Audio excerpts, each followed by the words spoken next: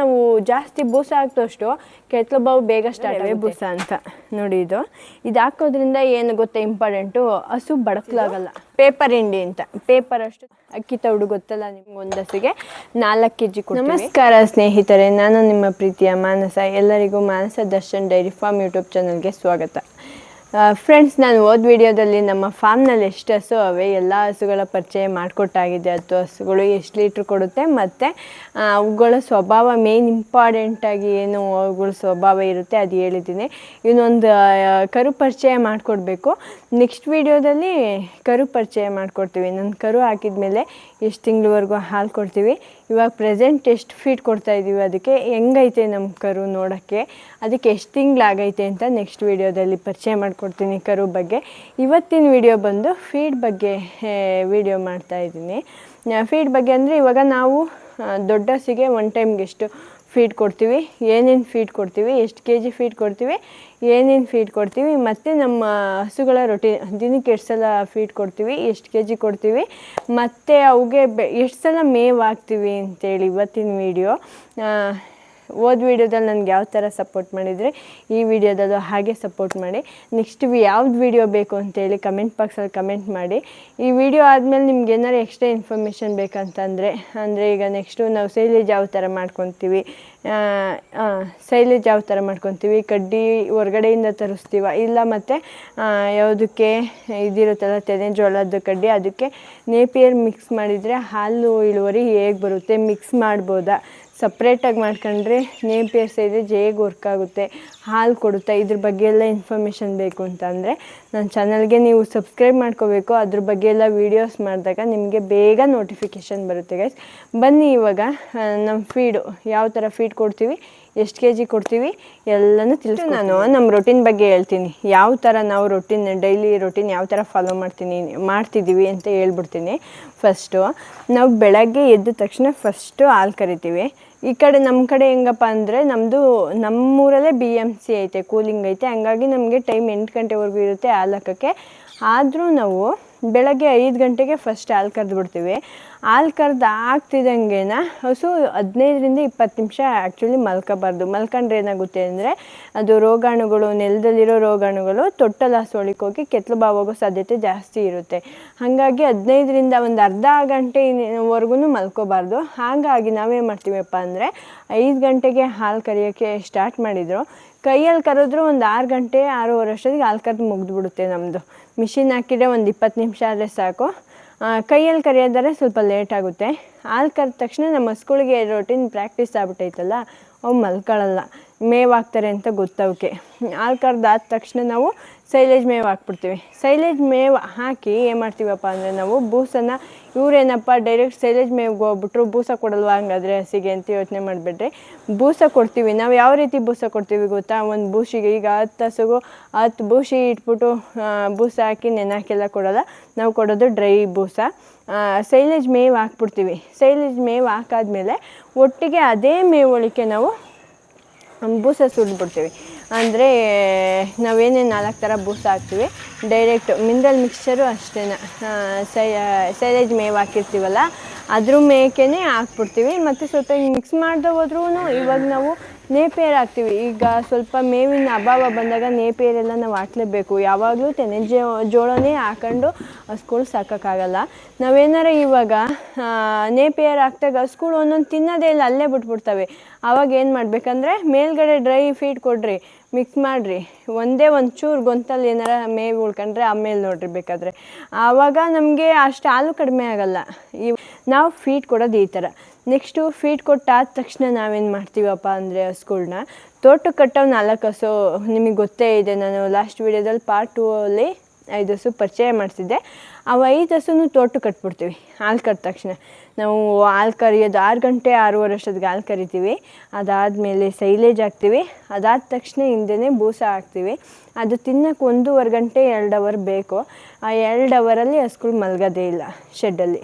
ಇನ್ನು 5 ಹಸು ತಗೊಂಡೋಗಿ ತಿಂದಾದ ತಕ್ಷಣ ಅವಕ್ಕೂ ಸ್ವಲ್ಪ ಇಲ್ಲಿ ಹಾಕ್ತೀವಿ. ಆಮೇಲೆ ತೋಟಕ್ಕೆ ಕಟ್ಟಾಕೋದು ನಾವು ಇಲ್ಲಿ ಹಾಕಿ ತಿಂದಾದ್ಮೇಲೆ ನಾವು ತೋಟಕ್ಕೆ ತಗೊಂಡೋಗಿ ಅವು ಕಟ್ಟಾಕ್ತೀವಿ. ನಮ್ಮ ಶೆಡ್ಡಲ್ಲಿ ಇನ್ನು 5 ಹಸು ಇರುತ್ತೆ.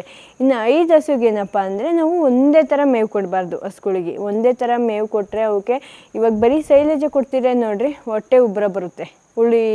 ಸೈಲೇಜ್ ಹುಳಿ ಇರುತ್ತಲ್ಲ, ಹಂಗಾಗಿ ಹೊಟ್ಟೆ ಉಬ್ಬರ ಬರುತ್ತೆ. ಅದಕ್ಕಾಗಿ ಏನು ಮಾಡ್ತೀವಿ ಅಂದರೆ ನಾವು 11 ಗಂಟೆ ಇಲ್ಲ 12 ಗಂಟೆ ಹಂಗೆ ಒಣಹುಲ್ ಕೊಡ್ತೀವಿ ಹಸುಗೆ. ಒಣಹುಲ್ ಕೊಟ್ಟರೆ ಮತ್ತೆ ಬಂದು ತಿಂದ್ಬಿಟ್ಟು ನೀರು ಕುಡಿದ್ಬಿಟ್ಟು ಹೋಗಿ ಮಲ್ಕೊಂಬಿಡುತ್ತೆ. ಇನ್ನು ಸಂಜೆವರೆಗೂ ಅದಕ್ಕೆ ಮೆಲ್ಕ್ ಹಾಕೋಕ್ಕೆ ನಾವು ಟೈಮ್ ಕೊಟ್ಟಂಗೆ ಆಗುತ್ತೆ. ಆ ಹಸು ಎಷ್ಟು ಮೆಲ್ಕ್ ಹಾಕುತ್ತೋ ಅಷ್ಟು ಹಾಲಿನ ಕೆಪಾಸಿಟಿ ಜಾಸ್ತಿ ಆಗುತ್ತೆ. ಹಂಗಾಗಿ ಒಂದು 12 ಗಂಟೆಗೆ ಮತ್ತೆ ಹುಲ್ಲು ಹಾಕಿದರೆ ಇನ್ನು ನಾವು ನೆಕ್ಸ್ಟ್ ಫೀಡ್ ಕೊಡೋದು ಸಂಜೆನೇ. ಅಲ್ಲಿವರೆಗೂ ಯಾವ ಫೀಡು ಇಲ್ಲ, ಯಾವ ಮೇವು ಇಲ್ಲ. ಮತ್ತು ನಾವು ಸಂಜೆಗೆ ಫೀಡು ಮತ್ತು ಸೈಲೇಜ್ 2 ಕೊಡೋದು ಸಂಜೆಗೇನೆ. ಬನ್ನಿ ಫ್ರೆಂಡ್ಸ್, ಇವಾಗ ನಾವು ಫೀಡ್ ಒಂದು ಹಸಿಗೆ ಎಷ್ಟು ಕೊಡ್ತೀವಿ, ಯಾವ ಫೀಡ್ ಕೊಡ್ತೀವಿ ಅಂತ ನಿಮಗೆ ತೋರಿಸ್ಬಿಡ್ತೀನಿ ನೆಕ್ಸ್ಟು. ಗೈಸ್, ಇಲ್ಲಿಂದ ಅಲ್ಲಿ ಕಾಣಿಸ್ತದೆ ಅಂತ ಅಂದ್ಕೊಂಡಿದ್ದೀನಿ. ಗೈಸ್, ನಾವಿಲ್ಲಿ ಫ್ರೆಂಡ್ಸ್ ಇಲ್ಲೇ ಮೇವು ಹಾಕೋದು, ಸೈಲೇಜ್ ಹಾಕೋದು, ನಾವು ಹಿಂಗೆ ಬೂಸ ತೆಗ್ದು ಹಾಕೋದು ಡೈರೆಕ್ಟು. ಇಲ್ಲಿ ಏನಪ್ಪ ಅಂತ ಅಂದರೆ ಇವಾಗ ಮೇನ್ ಇಂಪಾರ್ಟೆಂಟಾಗಿ ನಾನು ಇದೊಂದು ವಿಷಯ ನಿಮ್ಗೆ ಹೇಳಲೇಬೇಕು ಅಂತ ಅಂದ್ಕೊಂಡಿದ್ದೆ. ನಮಗೆ ಹಸು ಎಷ್ಟು ಹಾಲು ಕೊಡುತ್ತೆ ಅನ್ನೋದು ಎಷ್ಟು ಇಂಪಾರ್ಟೆಂಟು, ಅದ್ರ ಆರೋಗ್ಯ ಕೂಡ ನಮ್ಗೆ ಅಷ್ಟೇ ಇಂಪಾರ್ಟೆಂಟು. ಇವಾಗೆಲ್ಲ ನಿಮಗೆ ಗೊತ್ತೇ ಐತೆ, ತಿವಾನ ಮತ್ತು ಕಾರ್ಗಿಲ್ದು ಫೀಡು ತುಂಬ ಚೆನ್ನಾಗಿ ಓಡ್ತಾ ಐತೆ. ಅದು ಜಾಸ್ತಿ ರೇಟು. ಅದನ್ನು ಹಾಕಿದರೆ ನಮಗೇನು ಉಳ್ಕೊಳ್ಳೋದಿಲ್ಲ ಆ್ಯಕ್ಚುಲಿ. ಅದು ಜಾಸ್ತಿ ರೇಟು, ಆಮೇಲೆ ಜಾಸ್ತಿ ಹಾಲು ಕೊಡುತ್ತೆ ಅಂತ ಹೇಳ್ತಾರೆ. ಅದು ನಾವು ಯಾವತ್ತೂ ಅದನ್ನು ಹಾಕಿಲ್ಲ, ಅದು ಹೇಳ್ತಾ ಇರೋದು. ಇವಾಗ ನಾವು ಹಸುಗಳನ್ನ ಜಾಸ್ತಿ ಹಾಲು ಕರಿಯೋಕ್ಕೆ ಟ್ರೈ ಮಾಡಿದಷ್ಟು ಅವುಗಳ ಆರೋಗ್ಯ ಅಷ್ಟೇ ಹದಗೆಡುತ್ತೆ. ಹಂಗಾಗಿ ನಾವು ಅವುಗಳ ಆರೋಗ್ಯನೂ ನಮ್ಗೆ ಅಷ್ಟೇ ಮುಖ್ಯ. ಇವಾಗ ಜಾಸ್ತಿ ಹಾಲು ಕೊಡಲಿ ಅಂತ ನಾವು ಜಾಸ್ತಿ ಬೂಸ ಹಾಕಿದಷ್ಟು ಕೆಟ್ಲಬಾವು ಬೇಗ ಸ್ಟಾರ್ಟ್ ಆಗುತ್ತೆ. ಅದಕ್ಕೆ ಏನು ಗೊತ್ತಾ, ನಾವು ಎಷ್ಟೇ ಮೇವು ಹಾಕಿದ್ರು ಲಿಮಿಟಾಗಿರಬೇಕು. ಮತ್ತು ನಾವು ಎಷ್ಟೇ ಹಾಕಿದ್ರು ಅವು ಕೆಪಾಸಿಟಿ ಜಾಸ್ತಿ ಮಾಡ್ಕೊಳಕ್ಕಾಗಲ್ಲ. ಅವುಗೆ ಎಷ್ಟು ಕೆಪಾಸಿಟಿ ಇರುತ್ತೋ ಅಷ್ಟೇ ಹಾಲು ಕೊಡೋದು. ಒಂದು ಎಕ್ಸಾಂಪಲ್ ಏನಪ್ಪ ಅಂದರೆ, ನಮ್ಮದೊಂದು HF ಹಸುಗೆ ಎಷ್ಟು ಮೇವು ಫೀಡ್ ಕೊಡ್ತೀವಿ, ಎಷ್ಟು ಸೈಲೇಜ್ ಕೊಡ್ತೀವಿ, ಅದೇ ಜರ್ಸಿ ಹಸುಗೂ ಅಷ್ಟೇ ನಾವು ಕೊಡೋದು.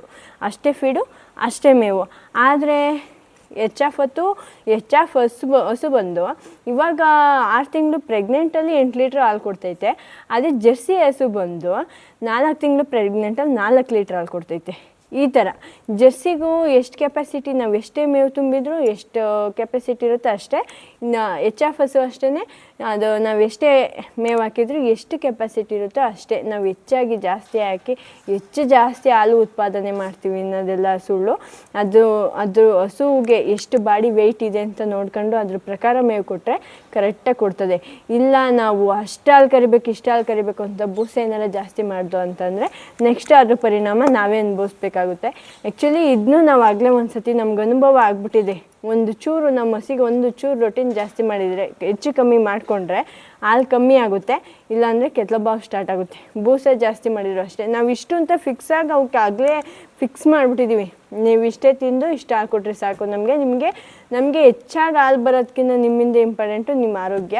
ನಾವು ಅವು ಚೆನ್ನಾಗಿದ್ವಾ, ನಮ್ಮ ಜೀವನ ನೆಮ್ಮದಿಯಾಗಿರುತ್ತೆ. ಅವಕ್ಕೆ ಒಂಚೂರು ಏರುಪೇರು ಅಂತ ಅಂದರೂ ಒಂದು ಊಟ ಒಂದೇ ಒಂದು ತುತ್ತು ಒಳಗೆ ಹೋಗೋಲ್ಲ, ಹಂಗಾಗ್ಬಿಡುತ್ತೆ. ಹಂಗಾಗಿ ನಾವು ಫಸ್ಟ್ ಇಂಪಾರ್ಟೆನ್ಸ್ ಯಾವುದು ಕೊಡಬೇಕು ಅಂದರೆ ಅವುಗಳ ಆರೋಗ್ಯಕ್ಕೆ ಕೊಡಬೇಕು.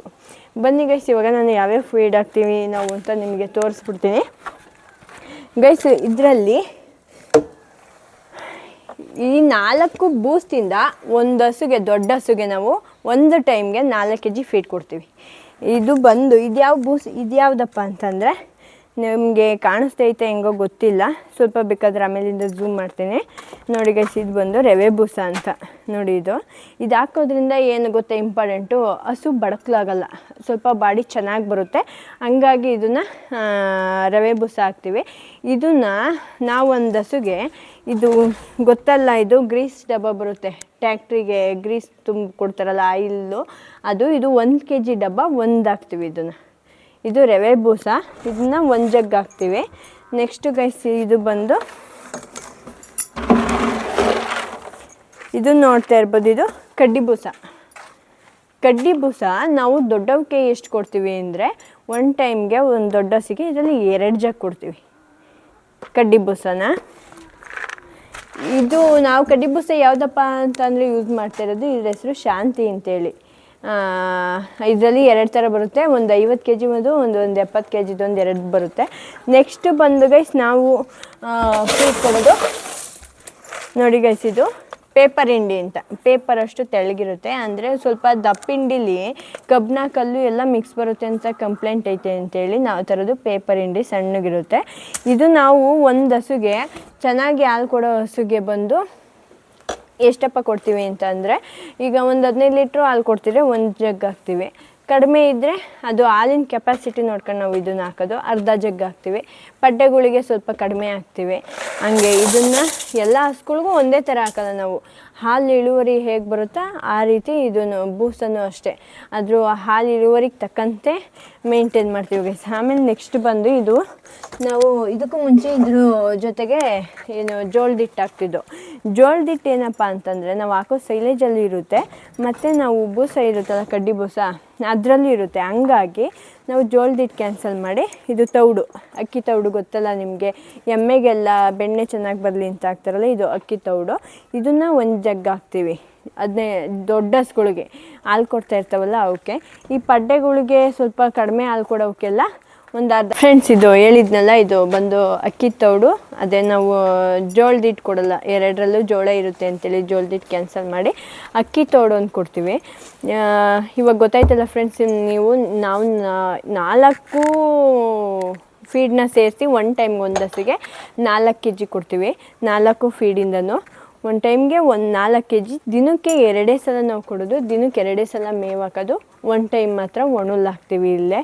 ಇಲ್ಲಿ ತಿಂದ ತಕ್ಷಣ ಇನ್ನು ಬಿಟ್ಟರೆ ಇನ್ನು ಸಂಜೆವರೆಗೂ ಇನ್ನೇನು ಮೇವಿರಲ್ಲ. ಸಂಜೆ ಹಾಲು ಕರಿಯೋಕ್ಕೂ ಮುಂಚೆನೇ ಫೀಡ್ ಕೊಟ್ಬಿಡ್ತೀವಿ, ಮತ್ತು ಮೇವು ಕೊಟ್ಬಿಡ್ತೀವಿ. ಅದಾದಮೇಲೆ ಇನ್ನೇನಿರಲ್ಲ ಗೈಸ್.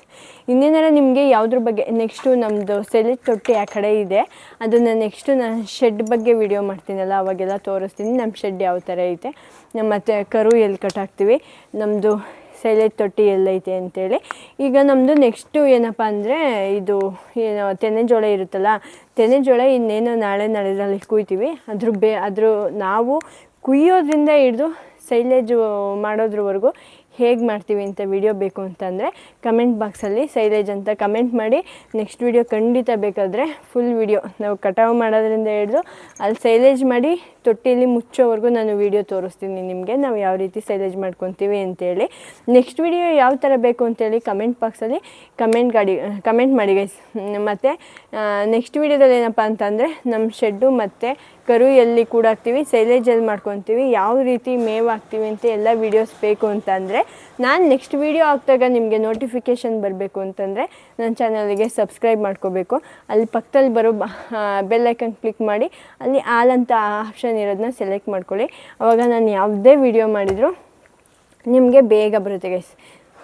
Thank you. ಸಿಗೋಣ ಮತ್ತೆ ನೆಕ್ಸ್ಟ್ ಸೂಪರ್ ಡೂಪರ್ ಆಗಿರೋ ವೀಡಿಯೋದಲ್ಲಿ.